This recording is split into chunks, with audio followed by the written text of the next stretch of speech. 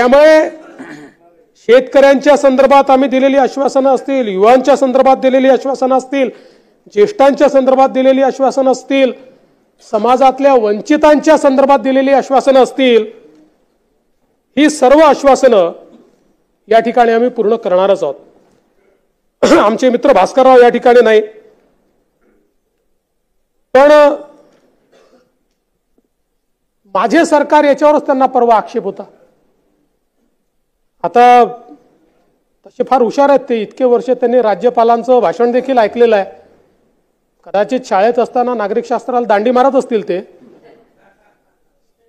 पण शासन जे चालतं हे मुख्यमंत्र्याच्या नावाने चालत नाही, शासन राज्यपालाच्या नावाने चालतं आणि म्हणून ते माझं सरकार असतं। म्हणून राज्यपालांनी माझं सरकार म्हटलेलं आहे। तथापि माझे मित्र भास्करराव नसल्यामुळे मी त्याच्यावर जास्त या ठिकाणी बोलणार नाही। खरं म्हणजे हे जे अभूतपूर्व अशा प्रकारचं मॅन्डेट आम्हाला मिळालं, नानाभाऊ त्याच्यावर देखील किती बोटं उचलण्याचं काम झालं, काय काय तुम्ही त्या ठिकाणी तर्क लढवले। तुम्ही नानाभाऊ वकीलच व्हायला पाहिजे होते।